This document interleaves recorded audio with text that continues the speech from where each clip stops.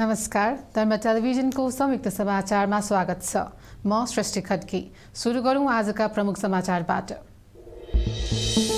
गङ्गामाया अधिकारीको जीवन रक्षाको माग गर्दै वीर अस्पताल अगाडि मानवाधिकारवादीहरूको शान्तिपूर्ण प्रदर्शन।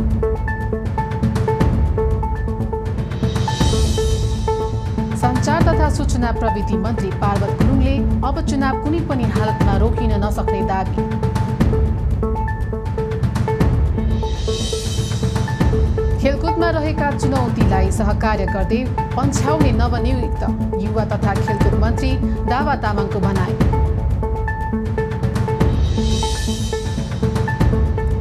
अग्रज सञ्चारकर्मीहरूलाई विशेष कोभिड राहत एवं मासिक रूपमा जीवन निर्वाह भत्ताको व्यवस्था गर्न नेपाल पत्रकार महासङ्घको माग। नेपालमा मंगलबार थप 430 जनामा कोरोना संक्रमण पुष्टि।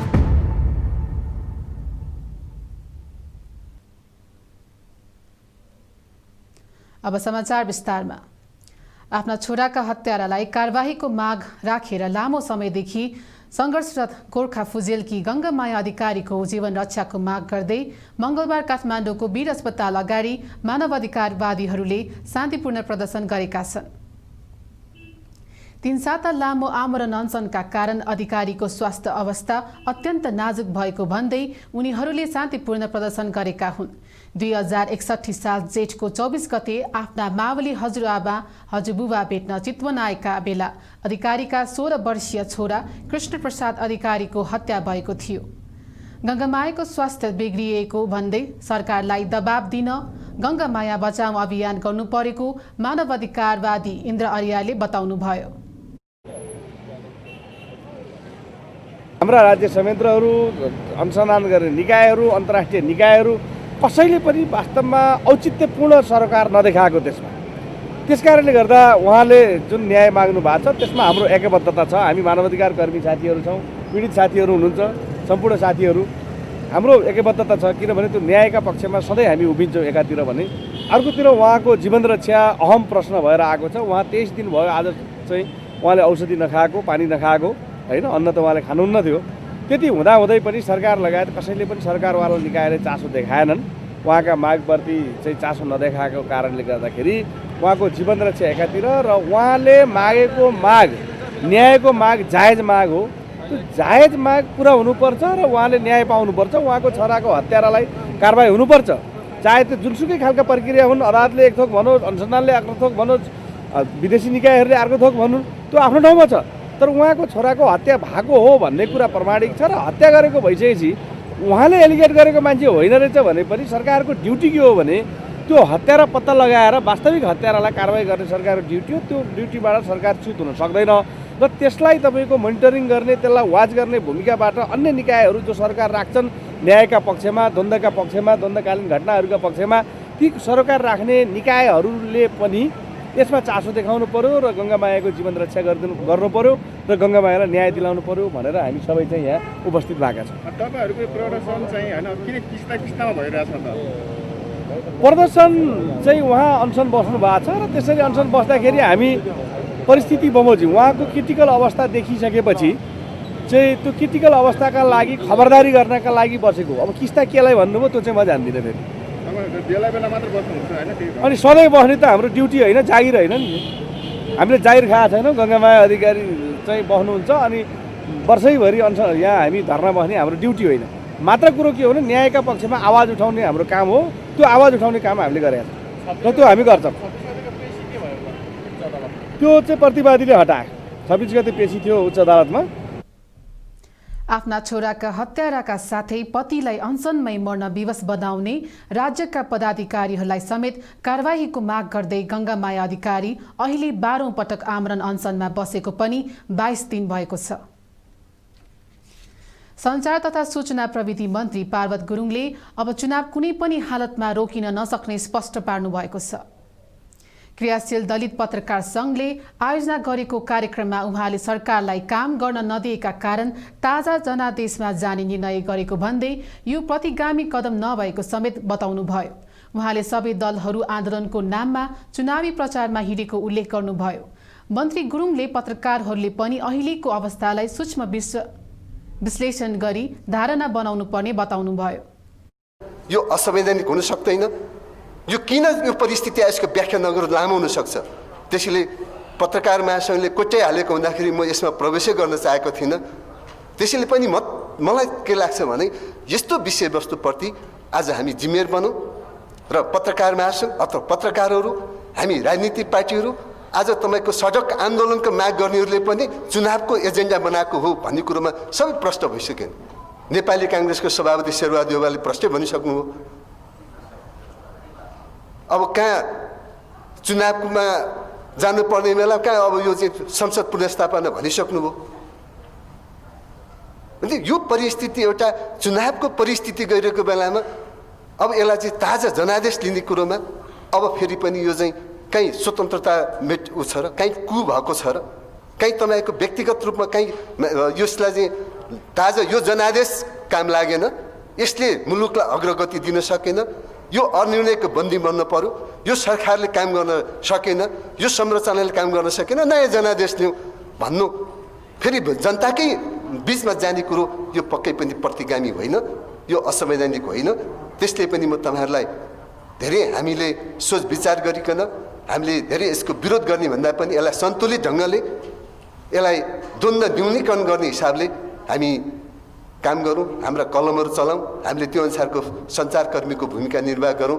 सञ्चारकर्मीहरू गैर जिम्मेवार बन्ने र अत्यन्त द्वन्द्व चर्काउने र विवादमा ल्याउने काममा पत्रकारहरू नगरौँ। मलाई त लाग्छ, मैले अन्तिममा भन्न चाहन्छु, अहिलेको परिस्थिति भनेको जनयुद्धको समयमा तत्कालीन माओवादीले लिएको थियो ढाडमा टेकेर टाउकोमा हान्ने भन्ने रणनीति थियो। आज प्रचण्डले माधव नेपालको ढाडमा टेकेर प्रधानमन्त्री केपी ओलीको टाउकोमा हान्ने भन्दा यो प्रजातन्त्रकै टाउकोमा हान्ने, संविधानकै टाउकोमा हान्ने रणनीति लिएको हो। उहाँको त्यो हिजोको जनयुद्धको रणनीति अहिले फेरि पनि यो अहिलेको यसमा चाहिँ फेरि पनि कपी गर्दाखेरिको परिस्थिति पनि हो। माधव नेपालले पनि प्रचण्डको ढाडमा टेकेर केपी ओलीको टाउकोमा हान्दाखेरिको परिस्थितिबाट यो जन्मेका कुराहरू हुन्। त्यसैले मलाई यो जनयुद्धको समयमा ढाडमा टेकेर टाउकोमा हान्ने रणनीतिबाट जुन असफल थियो, अहिले उहाँहरूको त्यो अहिलेको त्यो रणनीति पनि असफल हुन्छ। असफल यात्रामा कोही कसैले विज्ञप्ति दिएर अत्यन्तै आनन्द नलिउँ। कार्यक्रममा क्रियाशील पत्रकारहरूलाई सम्मान गरिएको थियो। नवनियुक्त युवा तथा खेलकुद मन्त्री दावा तामाङले खेलकुदमा रहेका चुनौतीलाई सहकार्य गर्दै पन्छाउने बताउनु भएको छ। राष्ट्रिय खेलकुद परिषदद्वारा मंगलबार आयोजित मन्त्री तामाङको स्वागत तथा बधाई कार्यक्रममा उहाँले खेलकुदमा रहेको चुनौतीलाई सरकारवालाहरूसँग सहकार्य गर्दै पन्छाउने बताउनु भएको हो। उहाँले खेल क्षेत्रको विकास र विस्तारका लागि सरकार प्रतिबद्ध रहेको जानकारी पनि दिनुभयो। त्यस्तै उहाँले खेल क्षेत्रमा विद्यमान समस्याका बारेमा पनि छिट्टै सरकारवालासँग छलफल गर्ने जिकिर गर्नुभयो। जे जति राम्रा काम भएका छन्, जे जति अनुसरणीय काम भएका छन्, इतिहासमा स्वर्ण अक्षरले लेखिएका छन्, ती सबै हाम्रा उपलब्धिहरूलाई हामी उच्च सम्मान गर्दै हाम्रो अगाडि देखा परेका समस्या, हाम्रो अगाडि देखा परेका चुनौती र अझ हामीले चुनौती सँगसँगै गर्न सक्ने यो खेल क्षेत्रको सम्भावना पक्षलाई मन्त्रालयको तर्फबाट, मेरो तर्फबाट आवश्यक र अन्तर सम्बन्धित निकायहरूसँग समन्वय हुनेछ, पहल गर्नेछु र यहाँहरूसँगै सहयात्रा गर्दै सहकार्य गर्दै देखा परेका ती समस्यालाई पन्छाउँदै, देखा परेका चुनौतीहरूलाई पन्छाउँदै सम्भावना र आवश्यक विषयहरूमा यहाँहरूसँग हातमाल गर्दै अगाडि बढ्नेछु। म यो कुरा यहाँहरूसँग राख्दै जहाँसम्म केही विषयहरू अलिक विचार्ने छन्, सोचनीय छन्, निकै गहिरिएर जानुपर्ने भन्ने कुराहरू छ, मैले अघि नै पनि राखिसकेँ। यी विषयहरूमा मन्त्रालयको तर्फबाट आवश्यक समन्वय र पहल हुनेछ, गर्नेछु। राष्ट्रिय खेलकुद परिषद सदस्य सचिव रमेश कुमार सिल्वालले ऐन अनुसार कर्मचारी समायोजन गर्नुपर्ने र लामो समयदेखि रोकिएको कर्मचारीको बढुवा गर्नुपर्ने आवश्यकता औल्याउँदै चालु आर्थिक वर्षमा खेलकुदका लागि विनियोजित बजेट थोरै भएकोले त्यसमा वृद्धिका लागि पहल गरिदिन आग्रह गर्नुभयो।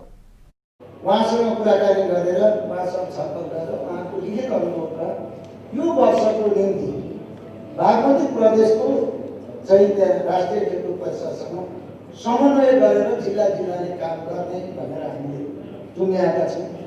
आज बिहान मात्रै मैले कर्णाली प्रदेशको सबै सचिवसँग बसेर कर्णाली प्रदेशभित्रकोलाई पनि यो वर्षलाई त्यही मोडेलमा नै हामी अगाडि बढेर कर्मचारीलाई हाललाई अस्थायी रूपले त्यहाँ बसेर कार्यरत गर्ने एउटा स्थिति बनाएका छौँ। मलाई लाग्छ छिटै नै अरू प्रदेशहरूमा पनि प्रादेशिक रूपमा 2 नम्बर प्रदेशमा अहिलेसम्म ऐन आएको छैन। 2 नम्बर बाहेक अरू प्रदेशहरूमा ऐन आइसकेको हुनाले त्यहाँ पनि यो समायोजन प्रक्रिया चाहिँ अगाडि बढ्छ भन्ने मैले विश्वास लिएको छु र यो पूर्वाधार निर्माणको हिसाबमा बजेट कम भए पनि राष्ट्रिय खेलकुद परिषदले धेरै नै सदस्य सचिव सिल्वालले कोभिड-19 का कारण 9औं राष्ट्रिय खेलकुद सार्नु परेको बताउँदै बिस्तारै नेपाली खेलकुदले गति लिन थालेको बताउनुभयो। कार्यक्रमपछि मन्त्री तामाङले त्रिपुरेश्वर स्थित दशरथ रङ्गशालाको निरीक्षण पनि गर्नुभएको थियो। नेपाल पत्रकार महासंघ काठमाडौँ शाखाले अग्रज सञ्चारकर्मीहरूको लागि विशेष कोभिड राहत एवं मासिक रूपमा जीवन निर्वाह भत्ताको व्यवस्था गर्न माग गरेको छ।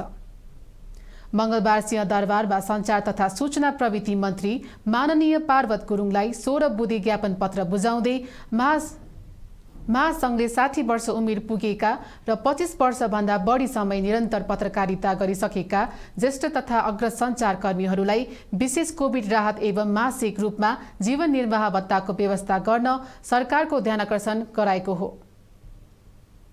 त्यस्तै समानुपातिक विज्ञापन नीति लागू नहुन्जेलका लागि स्थानीय र प्रदेश तहबाट उपलब्ध गराइने विज्ञापन समानुपातिक ढङ्गले वितरण गर्ने व्यवस्थाका लागि नीतिगत कदम चाल्न पनि सो शाखाले माग गरेको छ।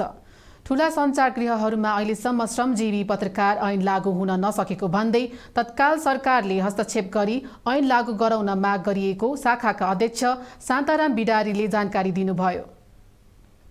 त्यस्तै उहाँले सूचना विभागको परिचय पत्र भएका सञ्चारकर्मी र सञ्चारगृहलाई निशुल्क इन्टरनेट सुविधा उपलब्ध गराउनुका साथै एक सञ्चारगृह एक सवारी साधनको व्यवस्था गरी भन्सार छुटको नीति ल्याउन माग गरिएको जानकारी बताउनुभयो। मिडियाहरूलाई अनुदानको व्यवस्थाको साथै पीडित सञ्चारकर्मीहरूलाई तत्काल पुनर्बहाली र पारिश्रमिक उपलब्ध गराउने वातावरण बनाउन यथाशीघ्र पहल गरियोस्। ज्ञापन पत्र बुझ्दै मन्त्री गुरुङले महासंघको माग सकारात्मक रहेको बताउनुभयो। त्यस्तै उहाँले परिवर्तित सन्दर्भमा सञ्चारकर्मीले सन्तुलन र सही सूचना सम्प्रेषण गर्नुपर्नेमा जोड दिनुभयो। आकर्षण गराउन चाहन्छु, हामीलाई पनि ध्यान आकर्षण गराउनु, पत्रकार महासंघलाई पनि ध्यान आकर्षण गर्नु। अलिकति यो किसिमले पनि हामी त्यसैले त हामी एउटा सहकारी गर्छौँ, समाजलाई एउटा फेरि पनि हामी मिलेर हामी राज्यकै एउटा चाहिँ हामी छौँ। राज्यलाई बलियो बनाऊँ, राज्यको एउटा सम्मान बढायौँ भने त्यो राज्यको हामी नागरिक, हामी पत्रकार हौँ, हामी नागरिक समाज हौँ, हामी जनप्रतिनिधि सरकार हौँ, हामी सबैको गौरव हुन सक्छ। राज्य कमजोर भयो, देश बर्बाद भयो भने अनि हामी त्यो देशको नागरिक कमजोर हुन सक्छौँ। त्यसैले हामी राज्यलाई बलियो बनाऊँ, हामी पत्रकार पनि बलियो हुन्छौँ, हामी समाज पनि बलियो हुन्छौँ, सबै बलियो हुन्छौँ। बलियो सरकार बनाउने काममा लागौँ। पत्रकारहरूलाई समयसरी यस्तै घटना यस्तै सङ्कटको बेलामा पत्रकारहरूको कलम र पत्रकारहरूको न्युजले साँच्चै समाजमा एउटा रूपान्तर। महासंघ काठमाडौँ शाखाले प्रेस काउन्सिलद्वारा गरिँदै आएको पत्र पत्रिकाहरूको वर्गीकरण वैज्ञानिक, पारदर्शी र न्यायोचित ढङ्गले गर्न पनि माग गरेको छ। नेपालमा मंगलबार थप 430 जनामा कोरोना संक्रमण पुष्टि भएको छ। हालसम्म नेपालमा कोरोना संक्रमितको संख्या 2,65,698 पुगेको स्वास्थ्य मन्त्रालयले जनाएको छ। त्यस्तै कोरोनाका कारण थप 5 जनाको मृत्यु भएको छ भने हालसम्म नेपालमा कोरोनाका कारण 1932 जनाले ज्यान गुमाएका छन्। त्यस्तै थप 390 जना कोरोना मुक्त भएका छन्। हालसम्म नेपालमा 2,59,358ले कोरोना जितेका छन्। नेपालमा हाल 4408 जना आइसोलेसनमा र 337 जना क्वारेन्टाइनमा छन्। हालसम्म 19,92,855 वटा PCR गरिएको मन्त्रालयले जनाएको छ। आजका लागि संयुक्त समाचार यति नै। धर्म टेलिभिजन हेर्दै गर्नुहोला। नमस्कार।